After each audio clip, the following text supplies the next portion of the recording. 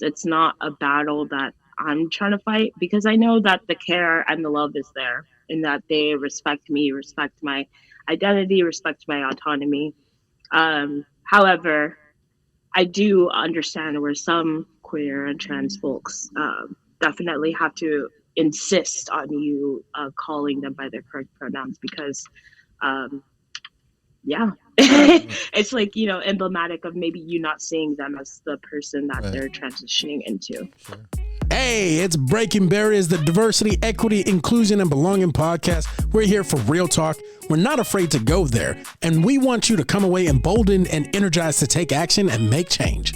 We believe our diversity, our differences, when joined together by a common set of ideals, makes us stronger. When I set out to help someone, it is my intention to do just that.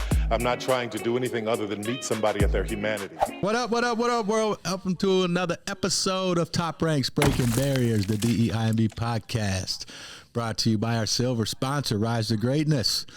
Today's special episode is also brought to you by Imon Communications. I am your co-host, Anthony Arrington. I'm Nick Ford. And Joy Briscoe. What's Joy up, Joy? Briscoe. AKA No relation to today's guest.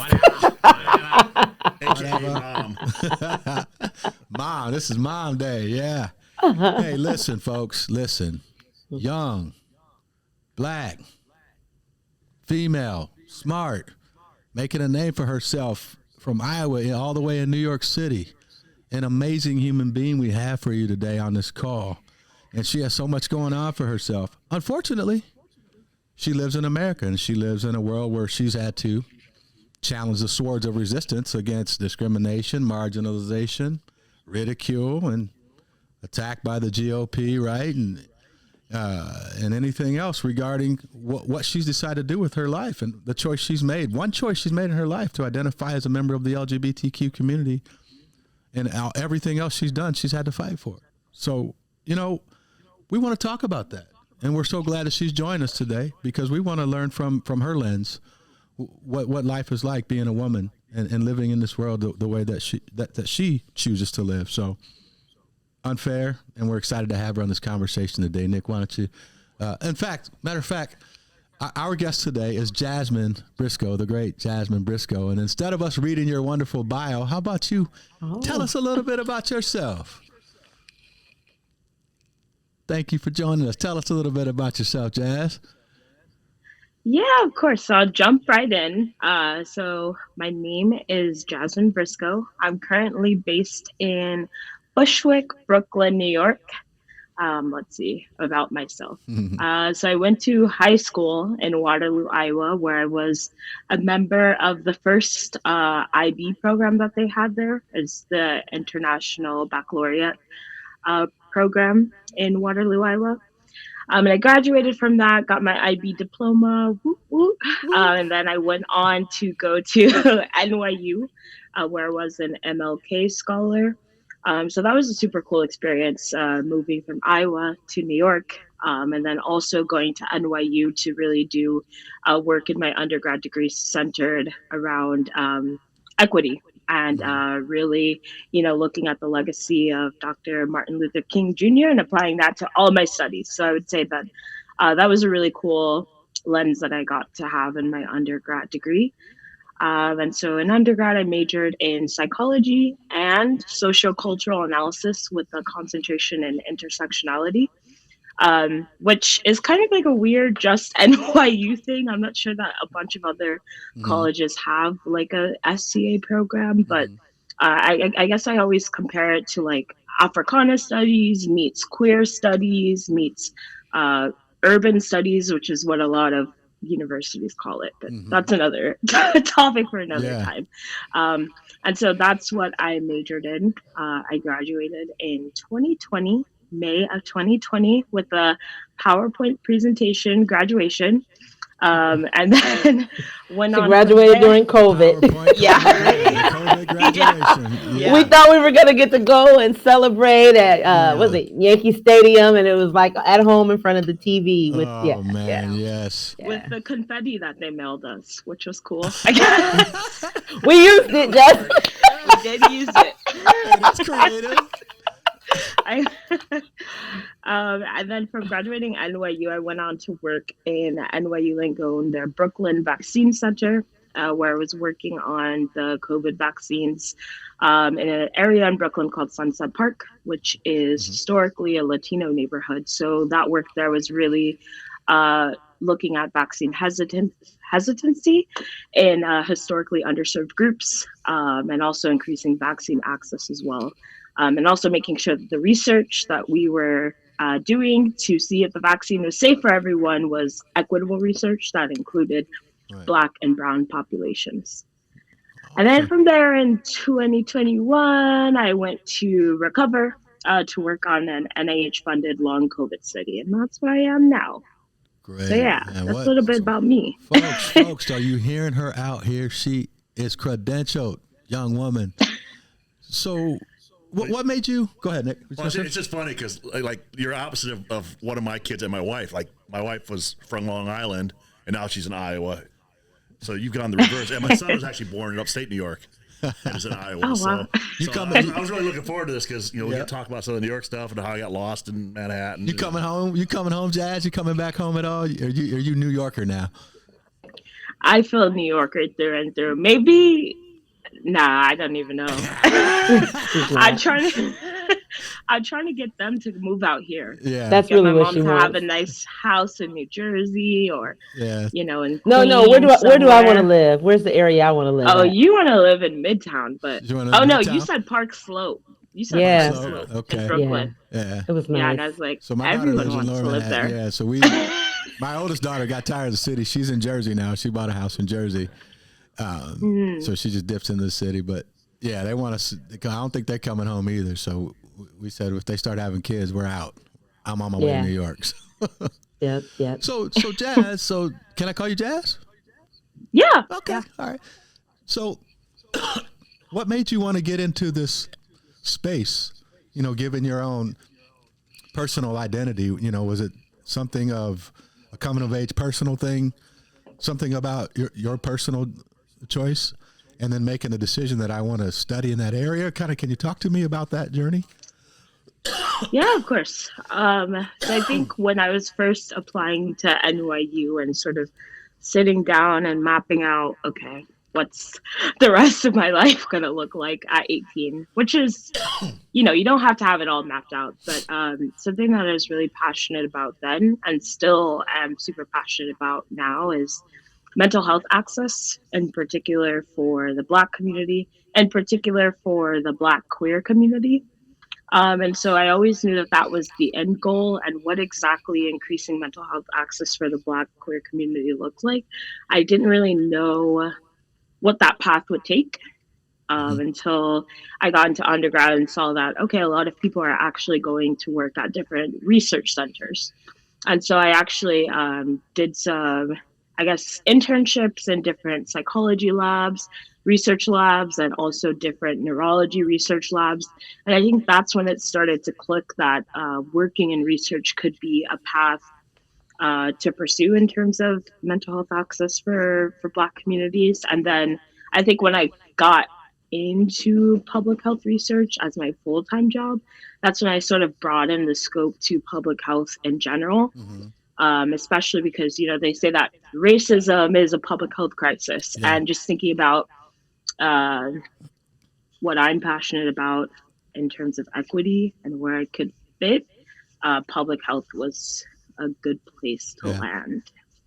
In the state of Iowa, in Lynn County, I think Lynn County was the first county in the state of Iowa to officially declare racism as a public health. Nafisa did too when she was here. Did she? Was it good? Yep. Good deal. Yep. Good deal. Jazz, how do you see that intersection too? Because I'm curious, and we get to have these conversations a lot, but when you talk about that intersection of research and that is a pathway to support queer mental health for Black and Brown communities, can you talk to us a little bit about how that would work or how you imagine that making that connection and that distinction? Yeah, of course. So this is actually good because actually I'm interviewing now, and I just talked about this in an interview I had. Hey, to all the folks that need a star, we'll pass this interview tape around for you. We got Yeah, exactly. But I guess in my mind, I see Uh, so I guess when you're looking at policy, a lot of times when they're going to write up policy, hopefully they're looking at research. Now we've seen that that might not always be the case, Yeah. but I guess the people who are passionate about equity work are looking at the research to see what's been done, what's been written, and how this can affect policy. So for me, if that research that people are referring to write policy does not center Black, Brown, queer people, Indigenous people, all of the various intersections, if those people are not included in that research, then there's no way for the policy to be reflective of those groups. And then at that point, it's like the policy just doesn't serve us. So I think that's where I see it as. And then also, too, in terms of, I guess, equity in public health, we know that Black people, Black queer people are more likely, because of all the socioeconomic determinants of health, to suffer from a multitude of health conditions. And so if the research does not include Black people in the effort to combat those health conditions, then there's no way that's going to ever come back to our communities to serve us. Does that make sense? Yeah. So I want to talk about intersectionality too, but in a different way. So we're going to see if we get your mom to blush a little bit here, maybe. So go back. So here you are, young Black woman, determining how you identify. What advice do you have for people out there for how that handles? Like I have a good friend. His daughter came up to him. He remember hearing the story and saying, "Hey, Dad, I like girls," and his only answer was, "Me too." I mean, what a great answer, right? So how do we get this? Because there's so much, even though it's getting less of a stigma, there's still a lot of stigma out there, right? And how did that work for you? And how do you recommend, young adults go through that with the changing times?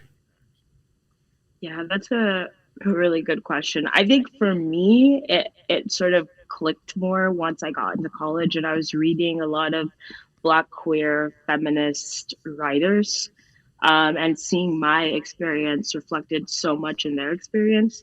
I don't know if I ever told you this, Mom, but like books like, Audre Lorde's biomythography, I think is what she called it.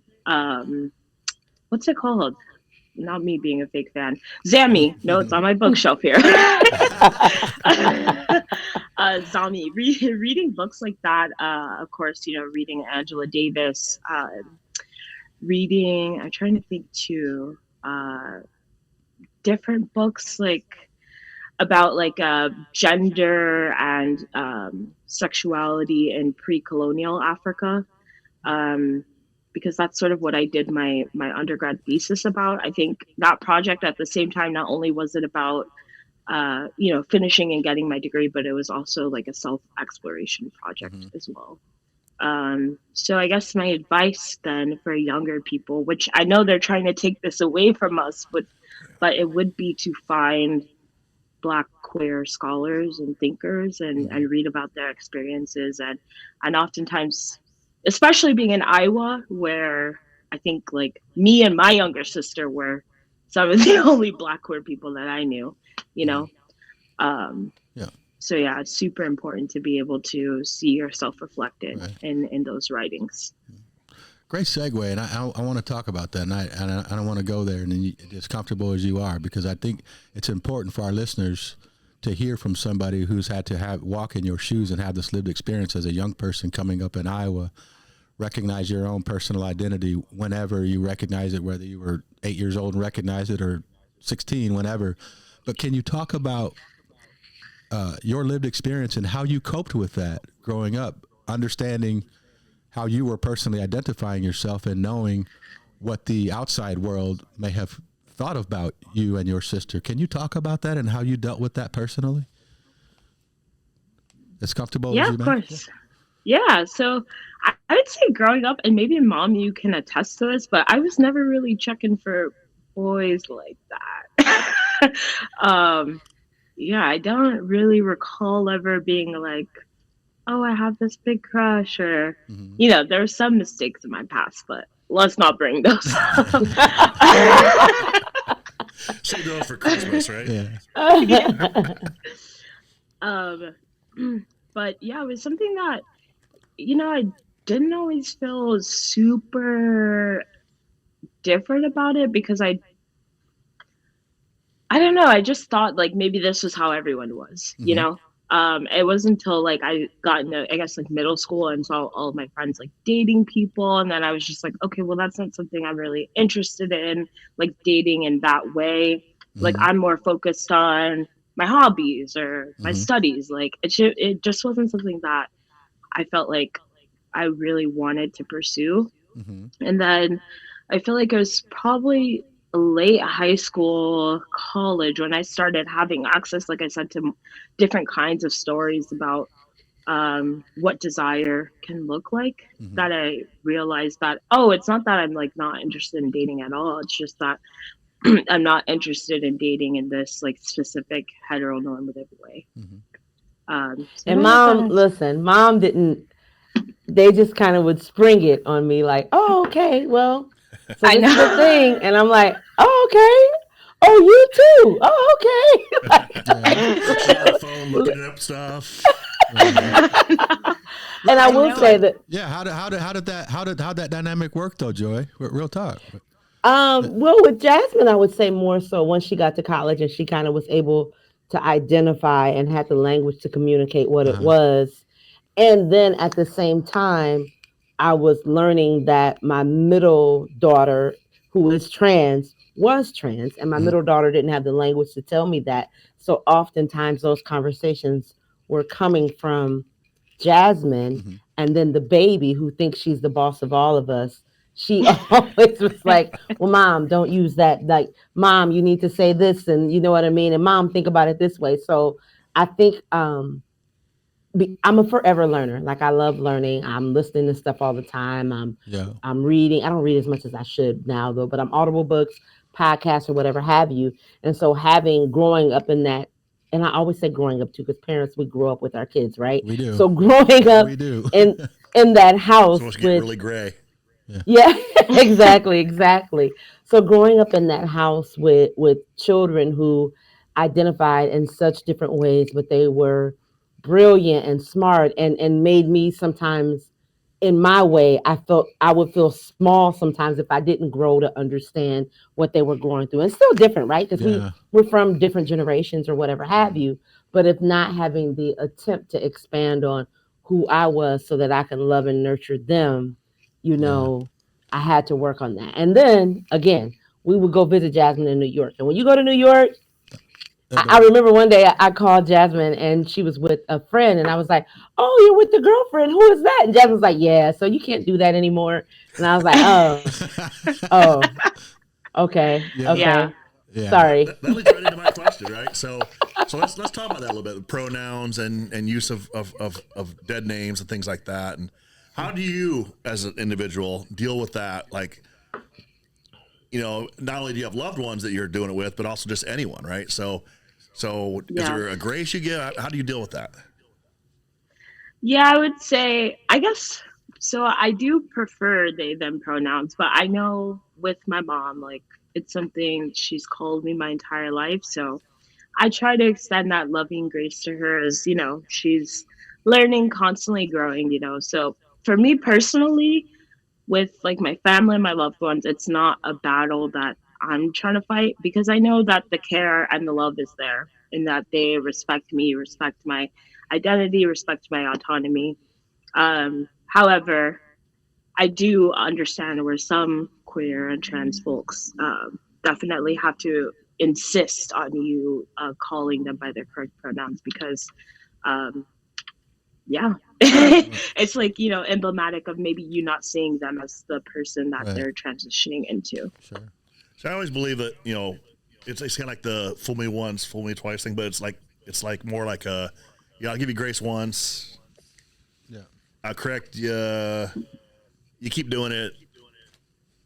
Now, If it's someone if it's not someone who's been doing it forever and ever and ever, to me that just seems like that's where it seems like it kind of heads. But I don't identify, so I can't say that personally. It's just in my head how I would think that. so are you saying in your head you would think if I told you once and you then continue to mislabel me, then that would be disrespectful? Yes. Yes. Let me say it, Or Nick. maybe even twice. I mean, if you don't steal time, and I might do it a month later, and you correct me. But if after a while, Yeah. are you really making an effort, right? And that to me is where I personally feel like, and having family members, I make a real conscious effort. But you do see people that make that mistake on the outside or in a business relationship, and at some point you're wondering, are you really making an effort? How do you deal with Or that? is it Then? intentional?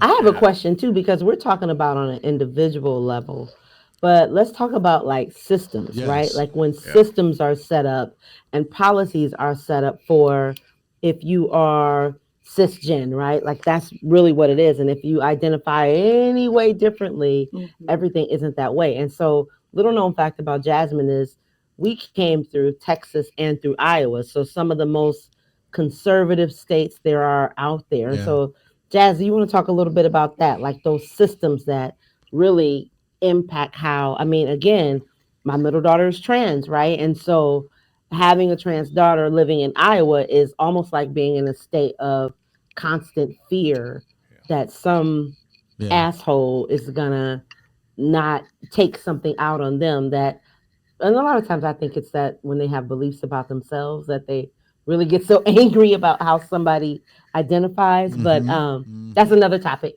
But Yes. yeah, Yep. exactly. And so Jazz, I don't know if you want to talk a little bit about that. I mean, there was we've had a lot of people even around us that have had experiences of abuse or people Right. trying to harm them. And so I don't know if you want to share some of that, Jazz.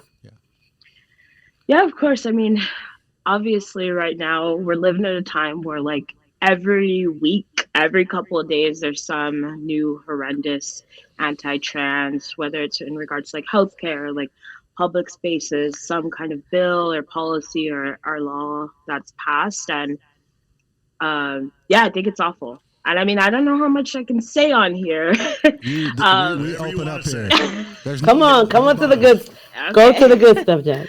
I mean, I just think it's definitely emblematic of the United States march toward fascism Mhm. and like the last lashing outs of a crumbling empire, maybe. Hopefully. Wherein they're looking for, yeah, right? Mhm. Wherein they're looking for a scapegoat to blame all of society's woes and ills on. And, tapping into that like evangelical beliefs that the right has a lot of the times, tapping into those fears about trans people um, to get, I don't know, I guess more power, people to vote for them. I think that's why they're doing it. Um, So how do we but combat yeah, it that? is Those really sad. systemic. How do we combat those systemic challenges that you are referring to? If you had a crystal ball, what would attacking those look like? What would that look like? I mean, I think one, starting with educating people, because I feel like you have a lot of people who don't even know. I mean, probably wouldn't even know about like Audre Lorde or any queer trans writers, and that's by design because they're taking all of that out of schools. So I think education is always a good place to start. And also revolution, Mm-hmm. overthrowing the overthrowing the system that even thinks it's okay to, I don't know, police what people are doing in terms of like, gender affirming care and going to bathrooms, things like that. Like, it's horrendous that that's even something that's up for discussion in public light under the guise of safety. But safety for whom, right? When we know that if trans kids don't have access to gender affirming care, it's not safe for them, um, because we know that gender affirming care is life saving. So yeah, safety, but for who? Like, it's, yeah, we got to overthrow that basically. I saw something on LinkedIn. A friend of ours posted, right? And I'm curious about your take on this, Jasmine. So, because I know he feels the same way I do about it, and he keeps hearing a phrase, or we keep hearing a phrase.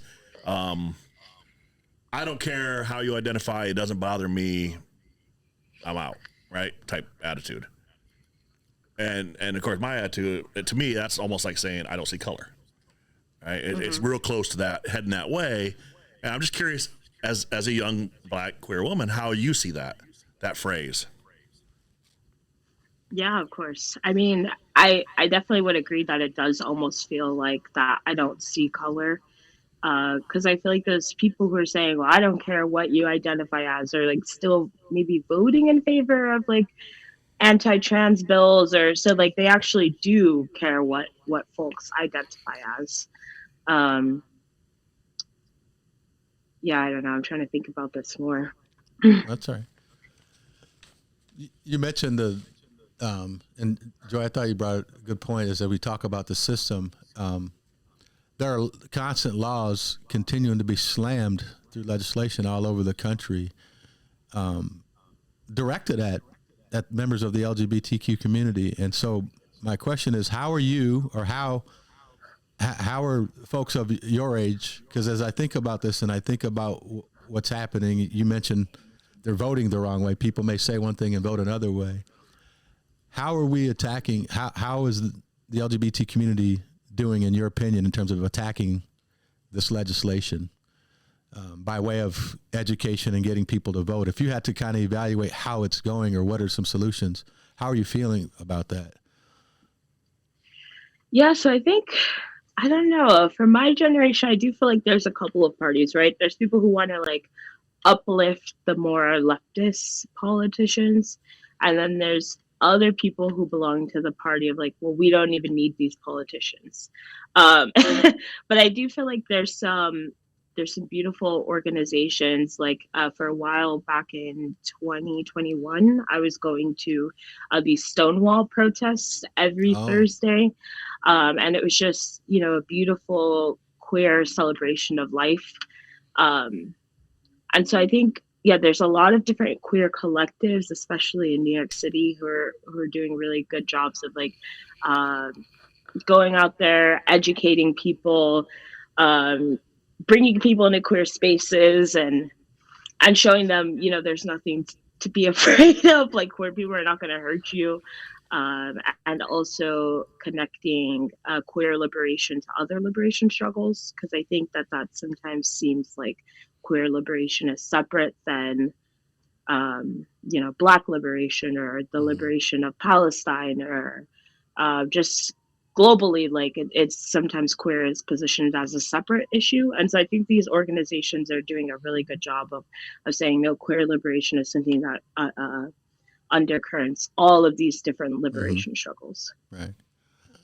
How, go ahead. I don't want to. I got lots of stuff. I got lots of questions. I'm over enjoy the pop. Just a question here. It's like, Let me, while y'all are thinking, when you mentioned a couple times being Black and being queer in your studies around intersectionality. So we know historically, the LGBT community has not been looked upon very positively in our Black community historically, and that's been, at least in the United States, in my experience. And so, do you feel that? How do you feel about that today? Do you feel it's becoming easier for you as not just being queer but being Black as well in dealing with that intersectionality? Can you talk about that a little bit? And folks, not just you, but Yeah, folks that are in your position, generally speaking. yeah. So one thing I always feel like, well, in pre-colonial Africa and pre-colonial indigenous societies, things weren't perfect, but I do feel like homophobia is a colonial import into those countries.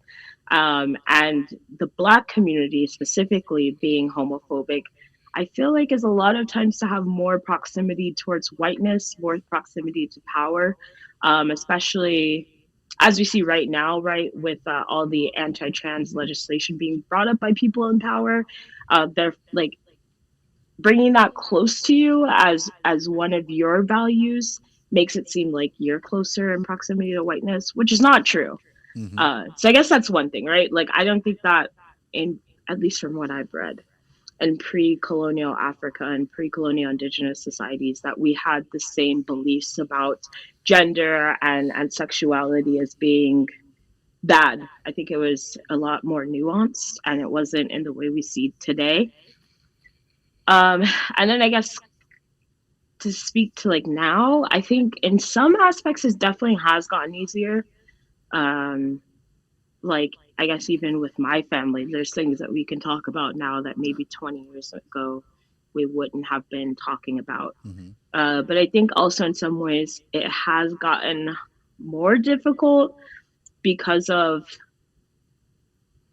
okay, I'm gonna throw some shade at the shade Throw the room, shade. but different some black media conglomerations like the shade room and all of those kind of organizations on Instagram, and then also revoking like access to education. I feel like in that way it has made it worse too. Yeah. So like on the one hand it feels good better, but on the other hand, given the time, all the legislation that's been passing, the different conversations I'm seeing on social media, it almost feels like it's worse than Yeah. maybe it was. It's a It's bunch of misinformation out there. I Yeah, feel. yeah, that's yeah. it. Yeah. Go ahead. I'm sorry, Joe. You were going to say something. No, I was just saying that there's a bunch of misinformation out there, and where before people didn't have quite the avenues to spread it at the level that they do now. Mm-hmm. It's been very interesting just seeing that too, and how you now it almost seems like people can unite now, where you have a bunch of creeps coming together to say like Mm-hmm. Right. we don't like trans people, whereas before they maybe didn't have access to do that. It doesn't mean that it didn't exist before, but Yeah. now Yeah. with the increase of power or the increase of access to information, you where you have more positive things coming together, you also have more negative things coming together, Mm-hmm. and oftentimes the negative voices are louder, I would say, right? Like a Yep. lot of times the people that are like, okay,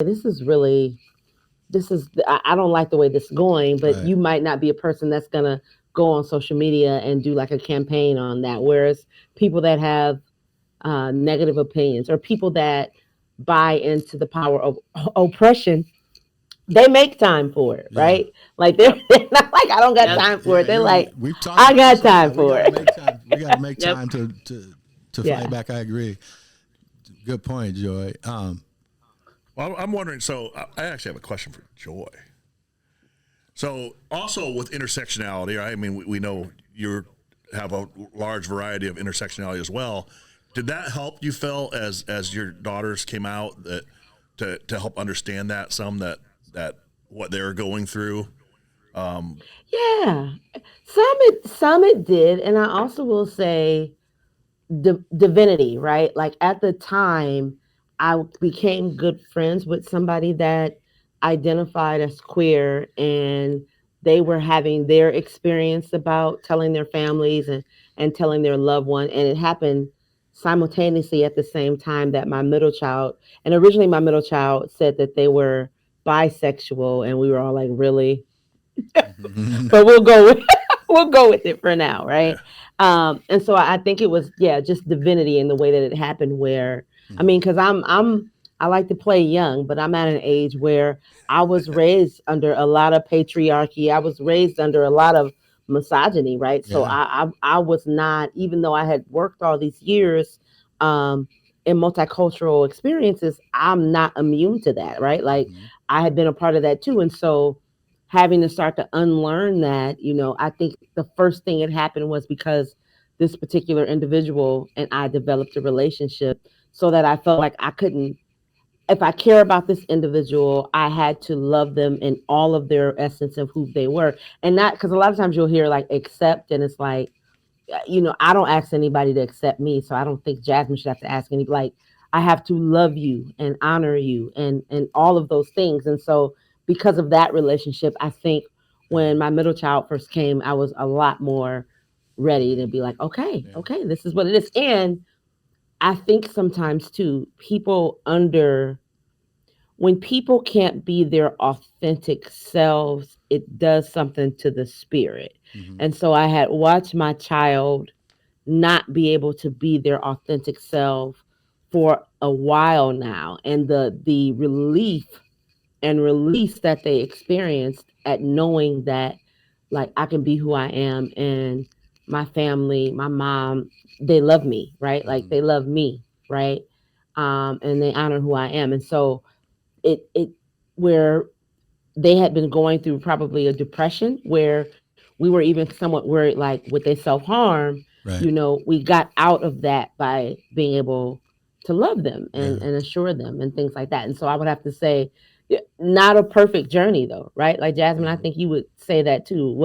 It wasn't a perfect journey, and I'm outspoken and I'm a Sagittarius, so sometimes I talk before maybe a filter is there. Joy, is that? I forgot you're Sagittarius. Maybe that's I why me am and a you run our Sag. mouth so much. Right. Yeah, Yeah. I'm definitely a Sag. I'm I'm Sag definitely with you. Yeah. yeah, yep. I'm definitely a Um, Sag, and so yeah. yeah. Hmm. I want to circle back, Jazz, because the reason I asked that question is, and maybe you can help me and help others that could use this help, because we know that that's been it's taboo. Generally speaking, like you said, it was this taboo feeling in the black community is more colonialized, but it's here. It is what it is. And I've had these conversations. I think Joy and Nick, I may have told you guys, I have a really good friend of mine, and we literally got into an argument last year about his feelings around the LGBTQ community and not thinking that it was right. And I began to ask him, now my friend's in a biracial marriage, married to a white woman with biracial kids. And what I always try to find analogies, to try to compare, to level the conversation. And my analogy has always been with folks and friends of mine. And this particular friend I had a serious argument with was that how can you feel that it's whatever you call unnatural or whatever that means to you? Do you understand that people said that your kids are unnatural? Like, do you know there was a time in America where your kids, because they were of mixed race, were considered biologically garbage? Like there were men that got hung for looking at white women, and we lay down with them. They're our wives and our loves because they're humans. And so how can you feel that way about members of the LGBTQ community, whether you agree or disagree with the way they have identified? But it's okay. It's not okay for people to feel that way about you and your white wife. And I That's kind always of been want my to challenge analogy. people like, why do people think they have the right to even tell somebody Yeah. what's natural or not for them? I Like, literally I got always into think an that's argument weird. about that. And this is a Yeah. guy I've known all my life. And we've gotten through it. And I think he's beginning to understand things. And we talk. And it was just good that we had that talk. But I know that he's one of many of people in my circle. I guarantee it. We don't talk about it a lot, but I guarantee they feel that way. And so help me. How do I deal with them folks? What should I do, Jazz? Should I just cut them off? I was gonna say maybe you have to. I don't know. No, I like mean, honestly, that's a real conversation. That's real yeah, talk. And I'm trying to be I want yeah, to be the best advocate I can be. Yeah, so yeah. I mean, I'm trying to think. I mean, maybe recommend some books. Be mhm, like, you got to read up. Maybe sitting down, talking with more queer people, because maybe that's it. Like, right. maybe. I mean, and if people are homophobic, obviously your family members who are queer, by the way, Yes, everybody has queer people in their and family, this friend are of not going mine to feel absolutely has comfortable. queer people in his family. Absolutely. Yeah. And then I think too, it's, I don't know, maybe checking his privilege. Like my mom said, queer people are going to exist, whether or not you like it. Um, and that's just what it is. You have to like Yeah. get on board or go home. I don't know what to say. Like, Yeah. I don't think Black trans women with the average life expectancy of 35 years old would choose that if it wasn't resonating with them to the core, you Yeah. know? Yeah. Yeah, I don't think any queer person would choose to be a social pariah or anything like that, just because, like, for funsies. Yeah. So I guess recognizing that, like, Yeah. this is who people are, Yeah. I just and try to it's bring not it gonna go home. away. I try to always figure out what is it in your backyard that you have to look at when you feel the way you do, and that Yeah. particularly my friends that are in biracial marriages, there's just no argument. Like there's just not, and so that's been my best, most impactful. I don't even like to use the word argument, but way to help influence change in the mindsets. Yeah. And I hope that my friend is accepting that and really understanding it. I think he is. And so anyway, yeah, that's one of those nerve hitters for me when people start that, particularly folks I know that Is he Black too? huh? Yeah, he's black. That's He's, what I'm saying. These are my black oh, friends that have yeah. grown up. That's what my conversation was about. I know that this is taboo in our community historically, and I'm living it Yeah. right now with black friends of mine that I've had these conversations with. One in particular that I had some serious arguments with about it, and I think I've influenced a different thought process, but I don't know how you look your daughter in the eye. Like, I don't know how you look your wife in the eye, knowing that you could have been hung for that 50 years, not even 50 years ago, because I was considered unnatural by the same people that, anyway, I don't want to drag And on. 400 years ago, we weren't even considered people. Yes. Like, yes. So you could do that to somebody else, but you don't want it done to you. It's just kind of an odd. Exactly. Well, I think back the young gentleman, we took into our house for a while. His mom, because he identified as a well, at the time gay. I think he was gay at the time. Yeah, transsexual. His mom wouldn't let him in the house. Yeah, kicked him out. Nick's family took in a black gay kid at age 16 because his parents kicked him out of the house. And that was an honorable thing. You talked to him, and it was all because the church said it's wrong. Right. And there are so many, first of all, and I was at something recently. Gosh, where was it at that I was talking about that? Because they were talking about that most of the text in the Bible that spoke on homosexuality were in the Old Testament anyway. And Christianity, most of them now follow the New Testament too, right? Because the Old Testament had things about like meat and about wearing skirts, and just like people were like, that's not really where we're at. And so it's so funny how people want to pick and choose what they want to connect to under the guise of religion. And we can go even a step further and talk about like King James version of the Bible. What is that? That's right. King James version of the Bible, right? Revised like so times, by the way, but yeah, go ahead. Exactly. We can go there too, but we don't even have to go that far. We can go just to say like most of the text. It was, oh gosh, I was talking to pastor recently and they were just saying, Joy, most of that text is even in the Old Testament anyway. Most of the followings that we follow now are under the New Testament. So that's like even was a huge point when people start talking about how you use religion to essentially persecute other people. And I'm just leery of that because so often we see that, right? Like we can talk about what's going on right now and I'm not even gonna go there because my daughter and I will be talking about this forever, right? But even over in Israel right now with, so often people use the premise of religion to spew hate. And there's not a lot of religions that hate is a premise of religion. Yet people use it to quote unquote persecute other people. And so I think we have to get good at addressing that, calling that out, right? Like not letting people have pulpits to talk about hate-filled things or if you do, know you're going to have this Sagittarius talking against you, countering against you every step of the way. Absolutely. So. I was defending the LGBTQ community online a couple of months ago. I may have told you this, Joy and Nick, and a friend, somebody I've known all my life. We're separated for a number of reasons. Political was one of them. But the short version is, she posted on my page and she said, Anthony, you should read Leviticus, and I don't remember the chapters. But she told me to go to the Bible and read it. Of course, I already knew what she was referring to, so I went to the Bible and I read it. But then I also read in the same Testament, the same book of the Bible, the conversation about adultery. Well, her point was that this is unnatural. The Bible says that LGBTQ, sleeping with another man or woman, is unnatural. And I said, well, it also said that you should die for the affair you had on your husband twice. I said, I don't think you should die, but what you're telling me is I need to go by the Bible. The Bible says that you stepped out of line.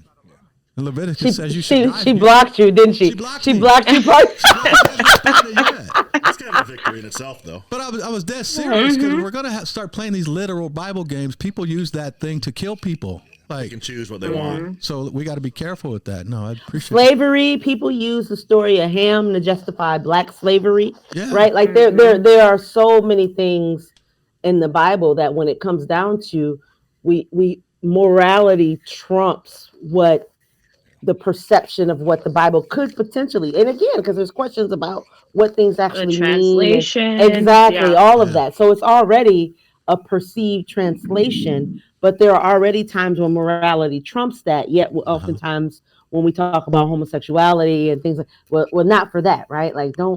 not when you talk about queer. We gotta stay strong, but don't talk about adultery. Yeah. Don't talk about when I eat too much. Don't talk about all the other things. And I'm from a person that, again, not even wanting to shape being queer as a sin, right? Because I do Yeah. believe that people, it's who they are to their Yeah. core, right? And so not even wanting to mirror that and match that. But Right. again, you guys know this. I'm avid. I'm always reading, and my daughter, they laugh because I'm hyper. But I paid into, and I'm an arguer. That's Mm-hmm. something people probably don't know about me. So like I researched the story of him so that if that ever came up, I can argue with Yeah. somebody. Yeah. I'm prepared and locked and loaded to argue about that. And so I think those are the things that we have to say. We have to push back We have on to push these, back. because honestly, a lot of those arguments fall to pieces with just a little pushback, right? Yeah. It's like if you pull that thread, that sweater comes Yeah. undone. And I think where Hmm. we're at as a nation now is those of us that are like, what are you saying? We really need to start pulling those threads Right. more. And I like what Jazz you said earlier. You're seeing more of a collaborative social justice among intersectional groups, right? Black folks and Hmm. LGBT, and I feel like I'm trying to live that. So, but well, I know we gotta wrap up here. We could be all day with you, Jazz, Yes. and I know we No, gotta wrap up as we get to the end here. Nick, you want to kind of, I guess before that, is there anything, Jazz, that you want to share as a kind of a last word for us today as we kind of wrap up? yeah, thank y'all for having me. Free all the press people around the world, and yeah, thank y'all. So you guys got to know, her generation, that was coming, right? Yes, yes. Yeah, Yes, sorry, That's I yes. right. had to That's say, all I right. had That's to use okay. the That's all right. Yeah, platform. No, that's that's okay. that's your That's land, it. Jazz. We're good with And, that. and Hopefully, by the time this Doctor airs, that's done over there. and So. Dr. Wilson is joining us. And one thing I want to add, Dr. Ladrina Wilson, and we're going to introduce her in a minute too as we transition to our next segment. But I was at a summit recently, and I love the way that you honored people's experience right now, even around that, and you took a moment to pause. And it was so the way you did it, because we were in a business setting where oftentimes people expect that you show up like you're not human and you're not having a very human experience on earth. And so Dr. Wilson, Jazz, that's so relevant. I think it's going to set a strong tone for as we go into our next segment. And I'm saying bye to my daughter, Jazz. Love you, love you, love you. We love Thank you you. so Bye, much, sweetie. I'll y'all. call you Thanks for later. having me. So yeah, thanks, Jasmine. Thank you so much, and big shout out to our Silver Diversity sponsor, Rise to Greatness, our episode sponsor, Imon, and our other friends at Breaking Barriers Community Savings Bank and Tyler Lincoln Barnes DDS. We'd love to hear from you. Hit us up, send your questions, comments, suggestions to info@toprankculture.com. Thank you all. We appreciate your time, and everybody keep breaking barriers out there. Keep breaking barriers. Bottom line, advancing equity is not a one-year project. It's a generational commitment. There are too few people in the world willing to be the domino, too few people willing to take that fall.